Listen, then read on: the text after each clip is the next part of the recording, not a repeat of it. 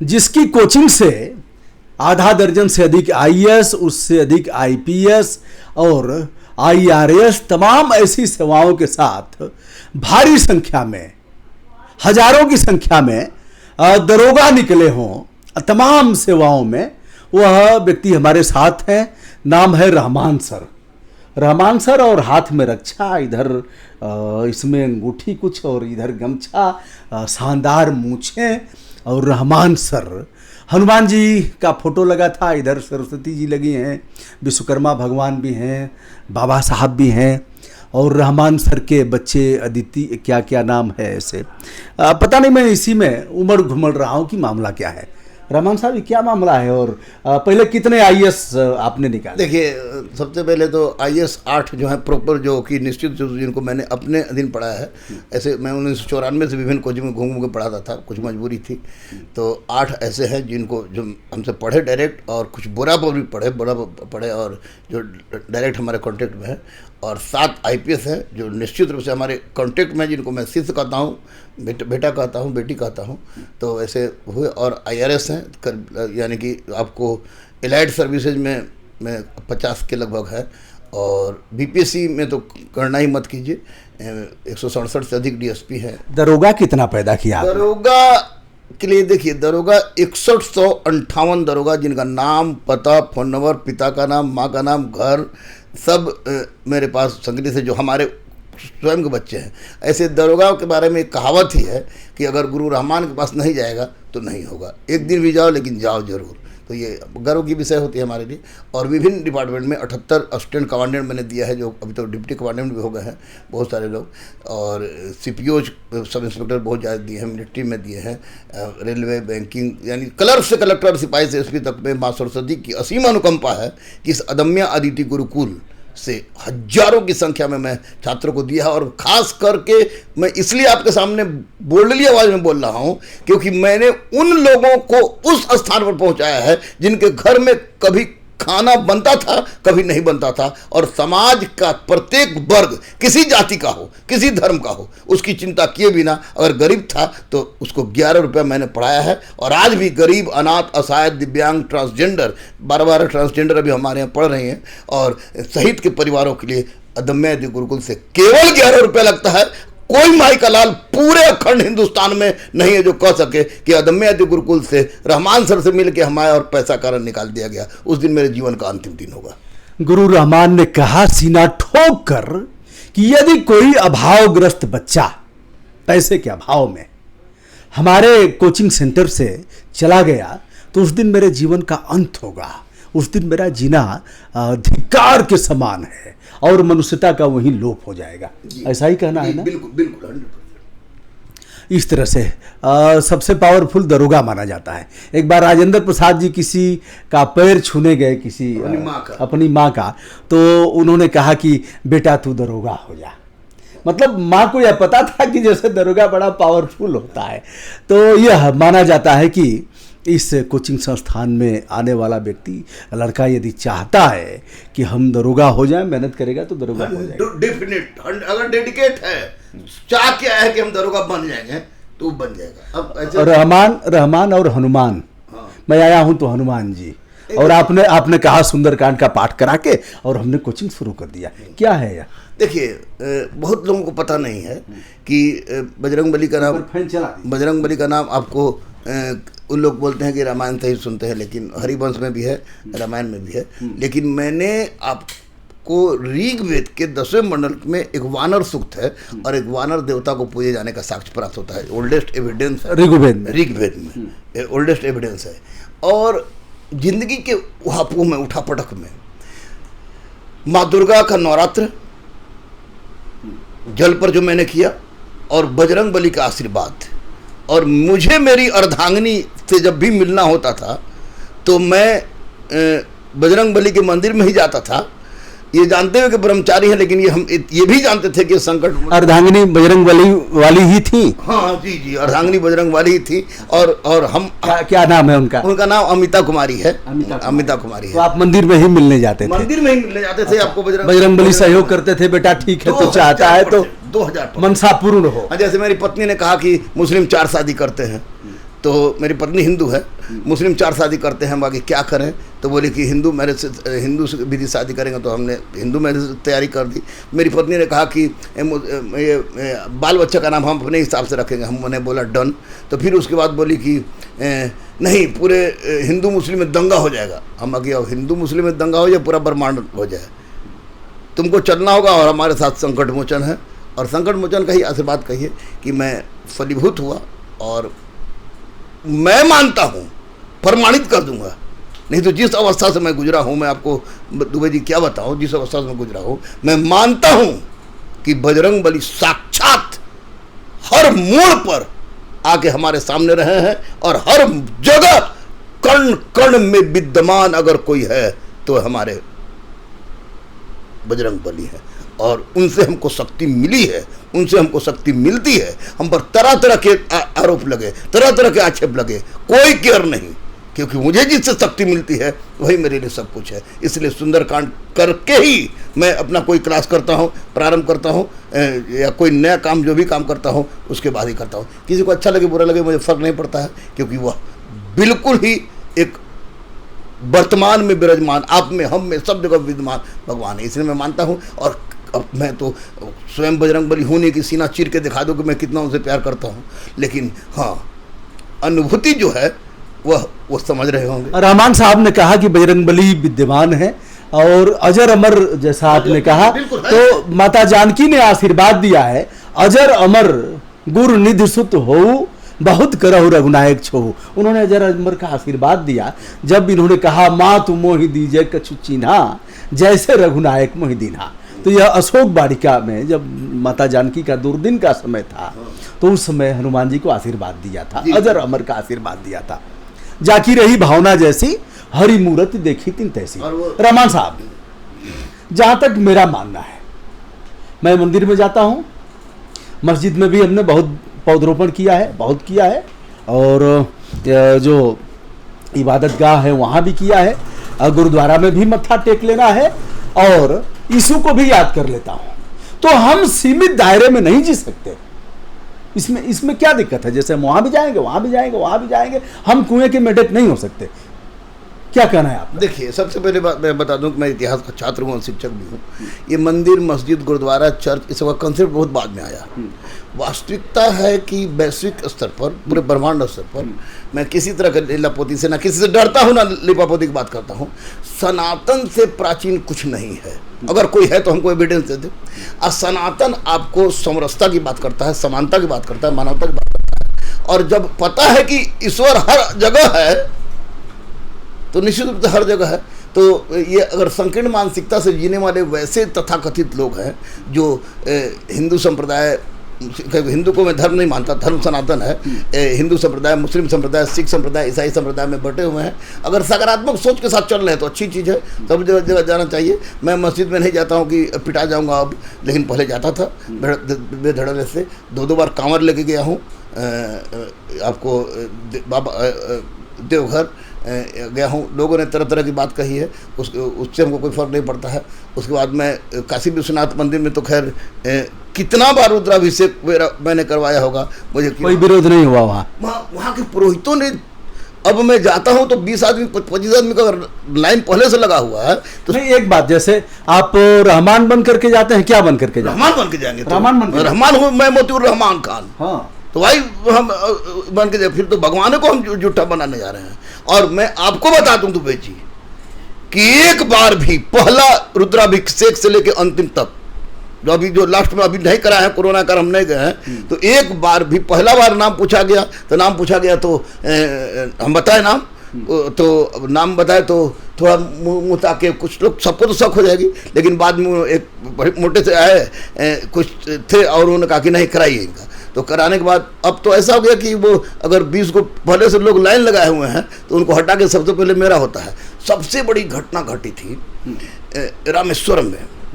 रामेश्वरम, मेरी बेटी अदम्या अदिति, वो SPLB में अदम्या अदिति, यह बेटी का नाम है, और बेटा भी है। बेटा का नाम अभिज्ञान अरिजित, छोटा है, अभिज्ञान अरिजित था। तो मैं रामेश्वरम में गया था, तो रामेश्वरम में गया तो प्रॉब्लम ये हुआ कि बेटी का परीक्षा कोयम्बटूर में था। कोयम्बटूर के बाद हम लोग सीधे मदुरई चले गए। मदुरई में मीनाक्षी मंदिर पढ़ाते थे तो वहाँ चले गए। तो उसके बाद मीनाक्षी मंदिर बाद हुआ कि चलो यहाँ के बाद सब घूमने के बाद हम लोग जाएंगे रामेश्वरम, क्या कि आपको APJ अब्दुल कलाम से भी प्रभावित थे, रामेश्वरम के मंदिर से भी प्रभावित थे। तो रामाकांत शर्मा एक अभी आपको पटना आपको हाई कोर्ट के बार काउंसिल के चेयरमैन हैं, बहुत ज्ञानी बहुत विद्वान आदमी। उन्होंने कहा कि बेटा रामेश्वरम जाना तो रुद्राभिषेक करा लेना। हमारे बाबूजी कुछ दिक्कत तो नहीं ना होगा? तो ना जाना ना। और आपको यकीन नहीं होगा दुबे जी, मैं आधार कार्ड हमेशा अपने मोबाइल के साथ रखता हूँ। आधार कार्ड लगता है वहाँ पर, आधार रसीद कटाना पड़ता है। तो आधार कार्ड रसीद लगा और एक बार भी मुड़ी उठाकर सामने वाला नहीं देखा कि ये कौन मोतीउर रहमान खान है जो रुद्राभिषेक कराने आया है। तो मैं अपनी भारतीय संस्कृति को सैल्यूट करता हूँ। अगर इस संस्कृति के विरुद्ध, इस समरसता के विरुद्ध, इस समानता के विरुद्ध, इस स्वर्ग जैसे भारत के विरुद्ध अगर कोई हिंदू, मुसलमान, सिख, ईसाई अगर तथाकथित संप्रदाय में बढ़कर इसको बांटने का प्रयास करता है तो रहमान मर सकता है और मार भी सकता है। इसलिए मैंने देखा है भारतीय संस्कृति को, अद्भुत संस्कृति है, अद्भुत संस्कृति है, अद्भुत संस्कृति है। मदुरई मंदिर में मैं 3-3 घंटा बैठा रहा, जबकि वहां भी आपको आधार कार्ड दिखा के कटाना होता है। वहां पर एक शब्द किसी ने नहीं कहा। मैं अपनी पत्नी से मिलता था यहाँ, कुणाल साहब हमको जानते हैं कि जो इसके ये है कि ये रहमान है, और यहाँ अपनी पत्नी से मिलता था बजरंगबली के मंदिर में, लेकिन आज तक किसी ने नहीं पूछा। कुछ लोग जाने, हिंदू भी जाने जो पहचानते थे कि अरे तो रहमान देखे कि क्यों किसी ने नहीं कहा कि मंदिर में क्या। तो मुझे लगता है कि भारत जैसा सहिष्णु देश विश्व स्तर तो नहीं ही है, भविष्य में भी नहीं होगा। मैं बजरंगबली का भक्त हूं, इसलिए फैसला ऑन द स्पॉट बात करने पर विश्वास करता हूं कि भारत जैसा सहिष्णु देश अब ना होगा ना और दुनिया में कहीं है। ये मेरी और रहमान साहब को गर्व है कि हम भारतीय हैं। हाँ, और सनातन धर्म पर गर्व है। हाँ, और भारतीयता पर गर्व है। निश्चित। आते हैं हम लोग कोचिंग पर।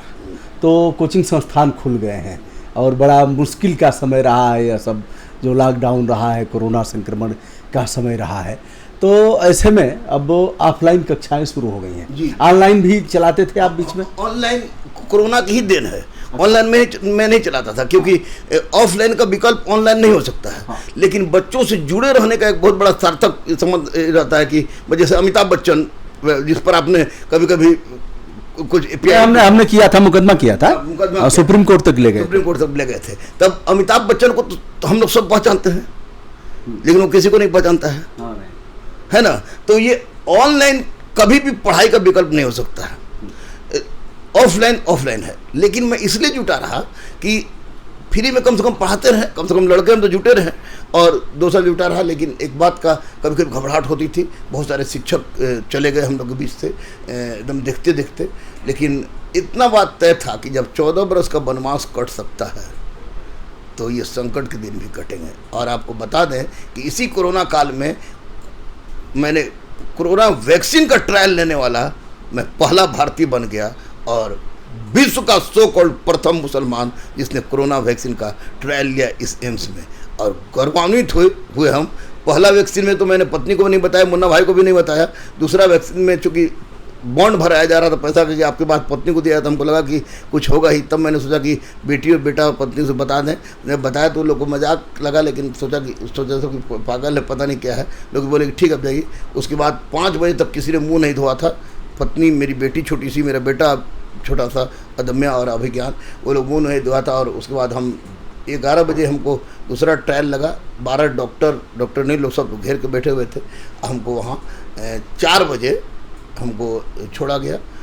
और छोड़ने के बाद तुरंत देखे कि इंडिया टीवी वाले आके लाइव कराने लगे।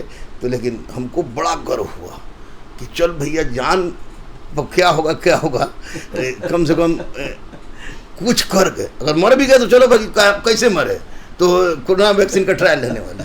तो गुलाम भारत में तो हम थे नहीं, तो आज़ाद भारत में तो चलो भारत माता की जय, वंदे मातरम तो चिल्लाने वाले बहुत हैं। एक बार ट्राई मारा जाए तो ट्राई मारे थे कि रिस्क इसलिए ले लिए थे कि हमारी पत्नी पर हमको असीम विश्वास है और हम जानते हैं कि अगर हमको कुछ हो जाता है तो वो दोनों अदम्या अदिति और अभिज्ञान अर्जित को ठीक कर लेगी। पहले तो कुछ नहीं था, तब वो हमको संभाल ली, तो अब तो कुछ है तो निश्चित रूप से बच्चों को संभाल लेगी। लेकिन कम से कम इतना तो गर्व होगा कि मेरी बेटी अदम्या अदिति और अभिज्ञान अर्जित, जो अभी लोग, जिसको मैं माफ़ कीजिएगा आपके चैनल पर गंदा शब्द बोल रहा हूँ, लोग हरामी कह के संबोधित करते हैं कुछ लोग, अब कम से कम उस बच्ची का बाप, उस बच्चा का बाप तो कम से कम देश के लिए कुछ किया। तो हमको पीएमओ से फ़ोन भी आया था, पीएमओ से फ़ोन आया और कि प्रधानमंत्री नरेंद्र मोदी जी बात करेंगे। तो हम बोला कोई फिरकी ले रहा है इसमें कोरोना काल में। हम अगर यार पागल मत बनाओ, हमको ऐसी टेंशन हुआ है, किराया बढ़ रहा है। तो बोला कि आप नहीं, आप रहमान सर बोल रहे हैं? हम कहा मोतीउर रहमान खान बोल रहे हैं। हम यस। तो नहीं बात होगी, तो हम पढ़े लिखे तो समझ गए। उसके बाद वहाँ से हमको धन्यवाद दिया माननीय प्रधानमंत्री नरेंद्र मोदी जी ने, और बहुत बहुत धन्यवाद दिया। तो मुझे लगा कि चलो नरेंद्र मोदी दे रहे हैं, उससे दे रहे हैं मतलब नहीं, भारत का प्रधानमंत्री दे रहा है। हाँ बिल्कुल। तो दे रहा है, तो मुझे गर्व हुआ। और मैंने पत्नी को बोला, क्योंकि मोबाइल छोटा था, टिप नहीं कर सकते थे, पत्नी भी खुशी और मेरी बेटी और बेटा भी खुश हुए। तो लेकिन मेरी बेटी और बेटा बोले कि पापा धन्यवाद तो उनको देना था, इसलिए कि आपने ट्रायल लिया, ट्रायल वो भी तो ले सकते थे। हम कह रहे बेटा वो उनका उम्र हमसे ज़्यादा था, इसलिए वो ट्रायल नहीं लिए। तो मैं खुश होकर ट्रायल ले लिया। और इस संकट की घड़ी में थोड़ा सा कमी हम लोग के दधीची देदान समिति का, मैं वरीय सदस्य हूँ, पहला व्यक्ति भी हूँ इस बिहार से जिसने अपना संपूर्ण शरीर दान किया था, और मुस्लिम में तो पूरे विश्व में एकमात्र व्यक्ति। तो कुछ काम इसमें रिकॉर्ड है। बच्चों को पढ़ाते रहे हम लोग ऑनलाइन, लेकिन ये अपनी आर्थिक स्थिति जर्जर रही। और एक बात पता चला। रहमान साहब, आपने किस मेडिकल कॉलेज को दान किया है? हमने अपना 8 अंग जो मेरे शरीर का है, वो दधीची देदान समिति को दे दिया है कि मैं मरूं तो 8 अंग मेरा किसी को चल जाए, उसके लिए मैंने। लेकिन भाई साहब, यहाँ तो इस तरह की व्यवस्था है नहीं है। नहीं, जैसे आप जैसे ऐसे व्यक्ति से बात हो रही है। हाँ। जो इस विधा को जानता है भीतर तक। हाँ। जैसे माँ का देहदान हमने किया। हाँ। और कलावती देवी का कराया, और लगभग 1000 फार्म हमने डलवाए हैं। काशी हिंदू विश्वविद्यालय जैसे जगह पर देहदान की व्यवस्था तो है। काट पीट के चीरा लगा करके बच्चे अंग निकाल करके सीखेंगे, किंतु अंग प्रत्यारोपण की व्यवस्था काशी हिंदू विश्वविद्यालय में नहीं है, तो पटना में है कि नहीं, मुझे संदेह की बात। अब देखिए, अंग प्रत्यारोपण की व्यवस्था पटना में शुरुआत हुई है। अच्छा। स्पष्ट है। लेकिन दधीची देहदान समिति बिहार, जिसके गंगा बाबू थे पहले अध्यक्ष, अभी तो राज्यपाल हो गए, अभी संरक्षक उसके माननीय सुशील कुमार मोदी जी हैं। और मैं भी एक बहुत महत्वपूर्ण पद उसमें रखता हूँ, डॉक्टर सुभाष, डॉक्टर विभूति उसके ये हैं। तो कार्निया ट्रांसप्लांट तो हम लोगों ने 263 कराया। पावापुरी में हम लोगों ने होल बॉडी डोनेट कराया। लेकिन इसमें चूंकि प्रॉब्लम सब कुछ पटना में है, प्रॉब्लम यह है सरकारी लोचा, जैसे किडनी का ट्रांसप्लांट करा रहे हैं, आप किसी जगह ट्रांसप्लांट करा रहे हैं, तो इतना ज़्यादा लोचा है कि ट्रांसप्लांट के पहले ही सामने वाला मर जाएगा। दोस्तों ध्यान से अब बात सुनिएगा, किस तरह से अभी हम कहाँ पहुँचे। हमारा देश, लोग चाहते हैं कि जैसे हो जाए, किडनी का हो जाए, और भी कई ऐसे अंग हैं जो काम, 5-6 अंग हैं जो काम में आ जाते हैं। हाँ, लेकिन वो होगा कैसे? यहाँ तो है ही नहीं है। बड़ी आप जो कार्निया का बताए हो तो हो जाता है। बहुत ज़्यादा टेक्निकलिटी उसमें नहीं है। ऐसे फैलाते हैं और उसको निकालेंगे, उसको उस बॉक्स में रखेंगे, 72 घंटे के अंदर जो सूचीबद्ध लोग हैं जांच करके उसमें लगा देंगे। श्रीलंका आंखें देता है, आप इस बात से भिज्ञ होंगे। ये देश है वीर जवानों का, अलबेलों का, मस्तानों का। इस देश का यारों क्या कहना, और यारों क्या कहना, इतने दबे हुए लोग हैं, इतने मानसिक रूप से गुलाम लोग हैं कि मृतक शरीर की बड़ी चिंता है। रहमान साहब, बड़ी चिंता। अरे भैया, लोगों वहाँ क्या कहेगा? नहीं, आपको नहीं लगता होगा कि और लेकिन इसकी जरूरत है, आवश्यकता इस बात की है। माता जी का हम लोगों ने किया, हम चाहते थे कि उनका वो अभी अंग और काम आ जाए, लेकिन यहाँ कुछ है नहीं साहब। तो रहमान साहब के लिए हमारी शुभकामनाएं। हमसे उम्र में छोटे हैं, मुझे लग रहा है छोटे तो होंगे ही। 74 के। अच्छा, 74 के हैं, तो हमसे छोटे हैं। और हमारी शुभकामनाएं इसके लिए कि इस तरह से सीना ठोक करके देहदान का संकल्प पत्र भरा, आंखें खूबसूरत या खूबसूरत आंखें काम आएंगी। और भी लोगों ने संकल्प पत्र भरा है, इसकी जरूरत है आज। जी, बिल्कुल मैं सहमत हूँ। और इसलिए माननीय स्वास्थ्य मंत्री से हम लोग हमेशा 1 सप्ताह में उनके पास पहुँच जाते हैं कि फलाना चीज़। और आपको बता दें कि पहले आपको इसका ब्लड बैंक कोई ऐसा नहीं था जिस पर हम लोग का एकाधिपत्य हो। जैसे 500-600 यूनिट हर साल हम खुद अपने जन्मदिवस 10 जनवरी को देते हैं, लेकिन ब्लड बैंक नया हम लोगों ने खोल दिया। मुकेश हिसारी हमारा दोस्त है और सब लोगों ने मिलकर ब्लड बैंक खोल दिया और ब्लड बैंक अब शुरू हो जाएगी। कौन सा ग्रुप आपका है? मेरा ए पॉजिटिव है, मेरी पत्नी का ए पॉजिटिव है, मेरी बेटी का ए पॉजिटिव है। पता नहीं क्यों ये सब चीजें मिलती जुलती हैं दोस्तों। हमारा भी ए पॉजिटिव है। अभी हमारी बात हो रही थी रहमान जी से, तो मुझे लग रहा था कि कई चीज़ें मिलती जुलती हैं यार, अब तक हम लोग मिले क्यों नहीं। वजह क्या जानते हम थे इनको, और हमें इधर जाने होंगे रहमान साहब।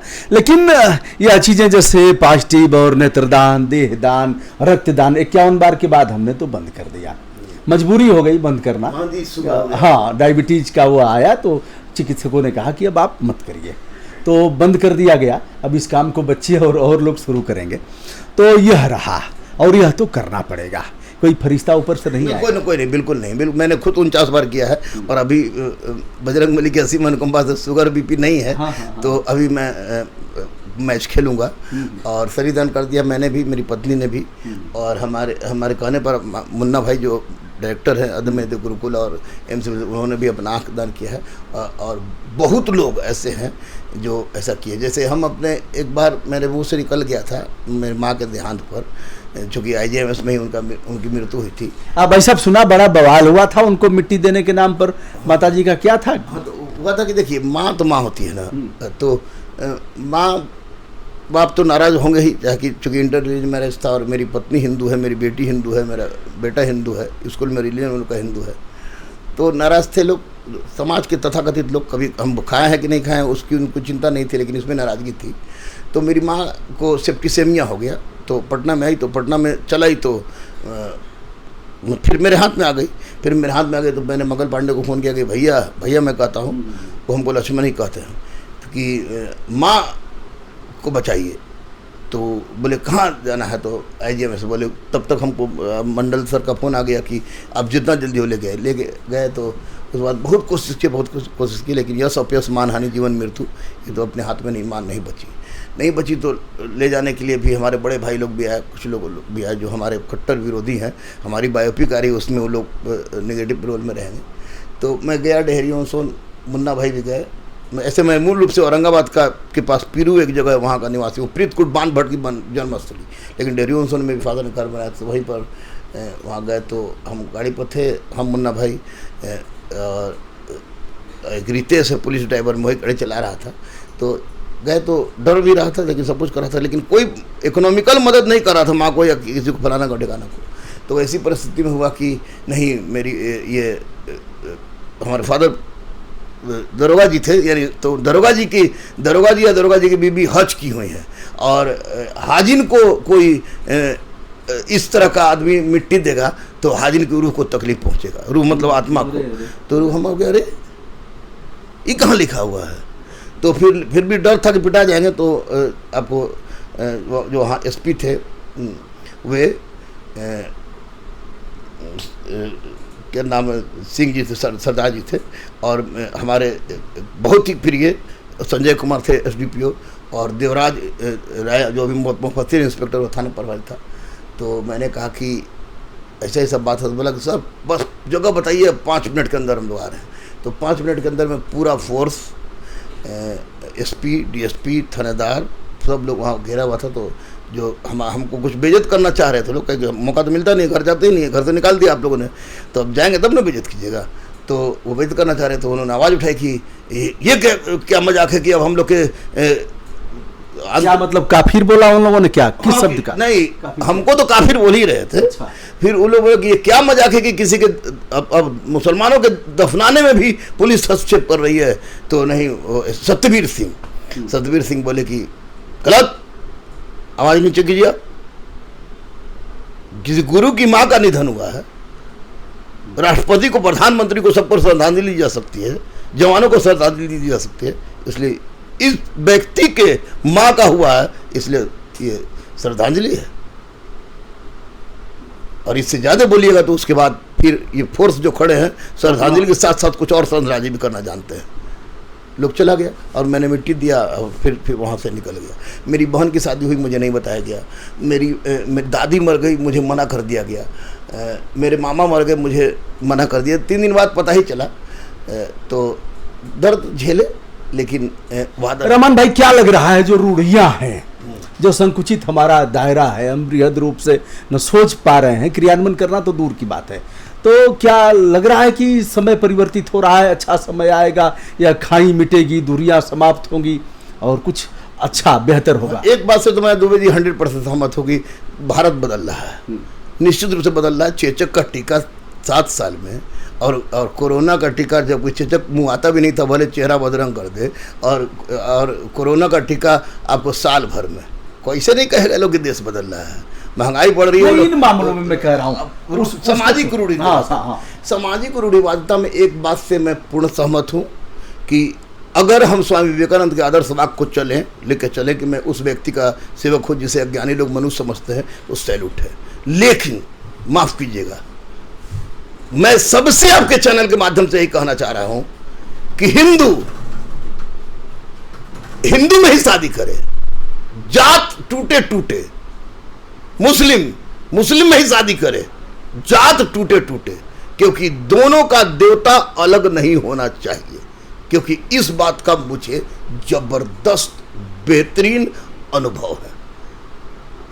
मैं फना हो गया तब ना, नहीं तो मैं भी अपनी पत्नी को कहता कि तुम मुसलमान बनो, तुम नहीं बनी तो बेटी का नाम कुछ और होगा, बेटा का नाम कुछ और होगा, उसको तो तकरार होती। और जब तकरार होती तो फिर मोहब्बत किस काम का? तो मोहब्बत बढ़े, लेकिन वैवाहिक माध्यम से समरसता आएगी। तो फिर हमारे लुटेरों, दिल्ली सल्तनत के लुटेरों, मुगल काल के लुटेरों ने तो बहुत ज़्यादा वैवाहिक संबंध बनाए, क्यों नहीं समरसता आई? समरसता हमारे खून में है, समानता हमारे खून में है, समानता हमारे आपको सनातन में है।